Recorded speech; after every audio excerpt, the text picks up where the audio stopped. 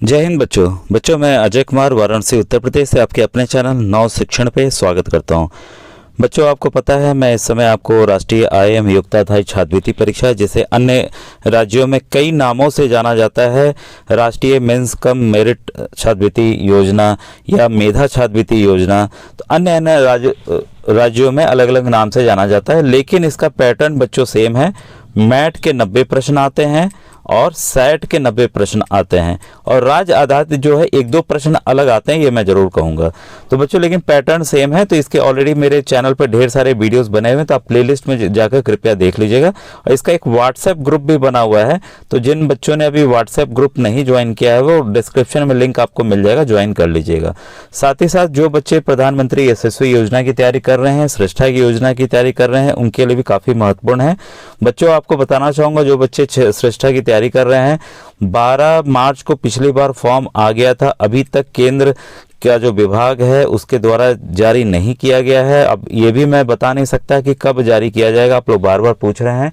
और साथ ही साथ प्रधानमंत्री यशस्वी योजना का बच्चों जो फॉर्म है मई या जून में आने की संभावना है, क्योंकि ऑलरेडी ये डिले हो रहा है श्रेष्ठा का, तो मुझे लग रहा है ये भी थोड़ा सा डिले होगा। आप अपनी तैयारी जारी रखें बच्चों। कई बार मैं बताता हूँ आपसे कि आपकी तैयारी बेकार नहीं जाने वाली, क्योंकि केंद्र ने एक योजना जो रोक दी गई थी NTSC की, नेशनल टैलेंट सर्च एग्जामिनेशन, ठीक है, राष्ट्रीय प्रतिभा खोज परीक्षा, यह पुनः स्टार्ट होने जा रही है। इसका भी पैटर्न सेम है बच्चों, मैट के क्वेश्चंस और सेट के क्वेश्चंस, बस अंतर यह है कि प्रश्नों की संख्या थोड़ी सी 10-10 बढ़ जाती है दोनों में, जहां ये 90-90 वहां 100-100 हो जाते हैं, ठीक है। तो आप तैयारी अपनी जारी रखिए। मैट का तो सेम पैटर्न है जो आपने NMMS के लिए अपने राज्य में आपने तैयारी की है, NMMSE, NMMSS, अलग अलग कोड से, छोटे छोटे कोडों से जाना जाता है, लेकिन पैटर्न बच्चों दोनों का सेम है NTSC का। इसमें जो सेट के प्रश्न हैं उसी में बदलाव केवल आता है, क्योंकि सेट देखिए पैटर्न वही है बच्चों, आपका विज्ञान आएगा, सामाजिक अध्ययन आएगा, गणित आएगा, लेकिन गणित जो है मैथ वो किस लेवल का हो जाएगा, 8, 9, 10 का मिला के आएगा, ठीक है। वैसे ही सामाजिक अध्ययन का भी लेवल बढ़ जाएगा, विज्ञान के भी प्रश्नों का लेवल थोड़ा बढ़ जाएगा, लेकिन 8 के प्रश्न कुछ ना कुछ आते जरूर हैं। मैं जब फॉर्म आने का एकदम कंफर्म हो जाएगा तो मैं आपको कुछ प्रश्नों के उसको दिखाना आरंभ करूंगा, ठीक है। अभी हम लोग इसी की तैयारी कर रहे हैं। पिछले वीडियो में एक बच्चे ने मुझे कमेंट किया था कि सर ये आपने सवाल तो बता दिया कि मेढक में थायराइड द्वारा स्रावित हार्मोन थायरोक्सिन जो इसके लार्वा से वयस्क बनने में सहायक है के लिए निम्न में से कौन सा तत्व आवश्यक है।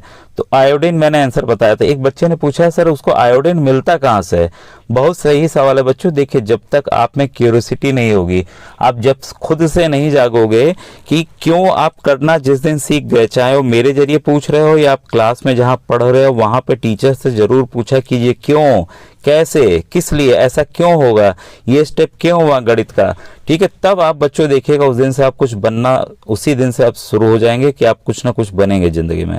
बच्चों आयोडीन है जो ऑलरेडी नमक, ये जो नमक ये पानी होता है, पानी में ऑलरेडी घुला रहता है आयोडीन। समुद्री कहें तो समुद्री कई खरपतवार होते हैं जिसमें आयोडीन पाया जाता है, वैसे ही तालाबों में और कई जगहों में जो अंदर खरपतवार होते हैं उसमें यह पानी के जरिए आयोडीन एक तरह का देखिए मिनरल है, ये पहाड़ों के जरिए कहीं से भी घुल घुल के आता है और ऑलरेडी आया हुआ है, ठीक है। तो उसी पानी के जरिए इसको आयोडीन मिलता है, ठीक है।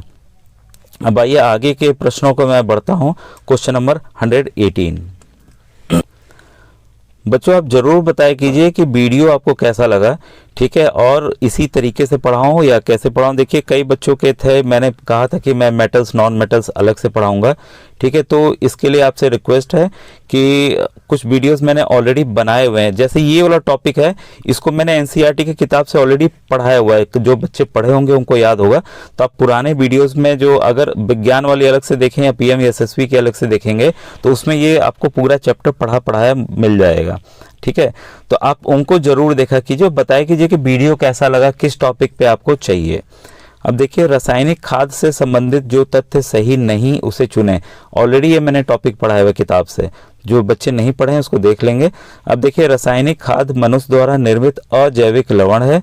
रासायनिक खाद मिट्टी को ह्यूमस प्रदान नहीं करती है। रासायनिक खाद नाइट्रोजन और फास्फोरस का भरपूर स्रोत है, परंतु पोटेशियम के लिए हमें जैविक खाद पर निर्भर रहना पड़ता है। फिर है जैविक खेती शब्द रासायनिक खाद से संबंधित नहीं है। इसमें देखिए जो सवाल है वो सही नहीं है, ठीक है, तो इसको आपको चुनना था कि सही इसमें से कौन सा नहीं है। तो इसमें बच्चों देखिए बाकी तीनों पॉइंट सही हैं, इसमें ये वाला सही नहीं है कि पोटेशियम के लिए हमें जैविक खाद पर निर्भर रहना पड़ता है। पोटेशियम भी केमिकल फर्टिलाइजर के रूप में उसमें ऑलरेडी रहता है।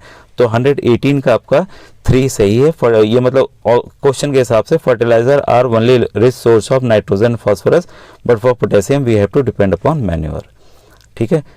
अब आइए क्वेश्चन नंबर 119। अब ये देखिए फर्मेंटेशन पर है।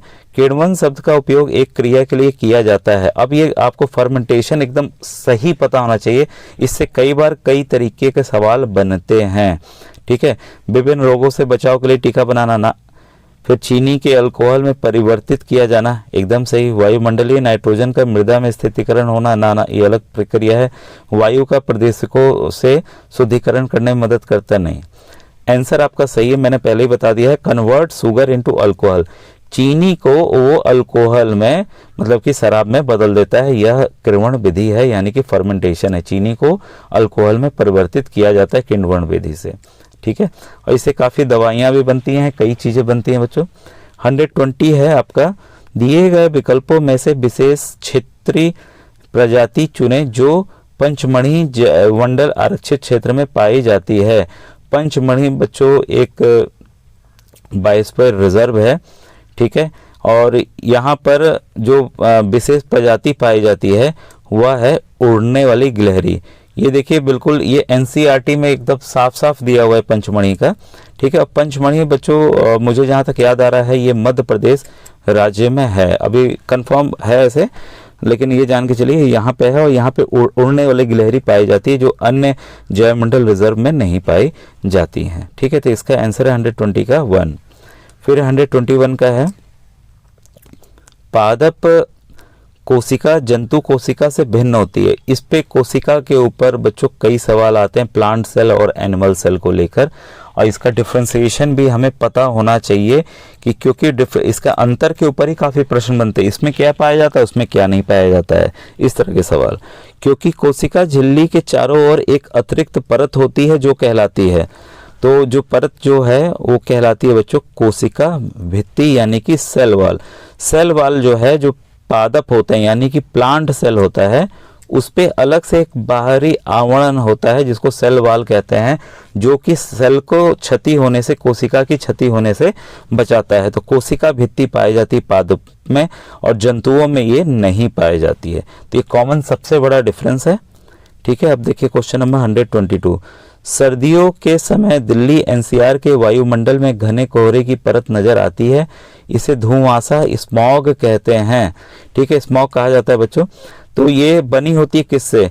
देखिए आपको पता है कि फसल जलाई जाती है कई हमारे राज्यों में, जबकि रोक लगी है फसल नहीं जलानी है, और फसल के साथ साथ गाड़ियों का धुआं भी इसके लिए जिम्मेदार है, ठीक है। तो ये किस वजह से बनती है?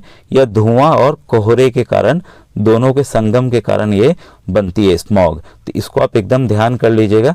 और इसके ऊपर देखिए केंद्र सरकार द्वारा तथा सुप्रीम कोर्ट द्वारा कई गाइडलाइंस भी जारी की गई हैं काफ़ी, क्योंकि बड़ी समस्या है। जो रोगी हैं उनको जो श्वास के रोगी हैं उनको काफ़ी दिक्कत का सामना करना पड़ता है। अब देखिए मनुष्य में एड्रिनल ग्रंथि का मुख्य कार्य है, the main function of adrenal gland in the human age. तो बच्चों देखिए पहला पॉइंट हम पढ़ते हैं, रुधिर में नमक की मात्रा को संतुलित करना, ये एकदम सही है, ये मुख्य कार्य है। फिर क्रोध, चिंता और उत्तेजना अवस्था में तनाव के लिए संयोजन करना, तो ये भी सही है। तो इसका ऑप्शन नंबर तीसरा सही है। बच्चों ध्यान दीजिएगा कि जब आपको डर लगे, कभी कभी सवाल आता है कि आपके सामने शेर आ गया, कौन सी ग्रंथि इसके लिए कार्य करेगी, तो याद रखिएगा एड्रिनल ग्लैंड यानी कि एड्रिनल ग्रंथि कार्य करेगी। तो इस तरह के भी सवाल बदल के आ सकते हैं और उसके लिए आप तैयार रहिएगा। अब देखिए क्वेश्चन नंबर 124 है आपके सामने। एडम्स एप्पल एक सामान्य नाम है। Adam's apple is a common name of, ये काफ़ी बार सवाल आते हैं और इसकी जानकारी ना होने की वजह से हमारा जो है आसान सा सवाल गलत हो जाता है। देखिए, growing voice box of voice can be seen as protruding part of the throat, जो आपके गर्दन के आगे एक हड्डी वाला भाग निकला रहता है, ठीक है, वो उसी को एडम्स एप्पल कहते हैं। लड़कों में बढ़ते हुए स्वर यंत्र का जो गले के सामने की ओर सुस्पष्ट उभरे भाग के रूप में दिखाई देता है। जब आप अपने ठुड्डी से नीचे से सहला के आप आइएगा नीचे, एक उठा हुआ भाग आपको दिखाई देगा हड्डी का, वही बच्चों एडम्स एप्पल है, ठीक है, एडम्स एप्पल। तो क्लियर हो गया।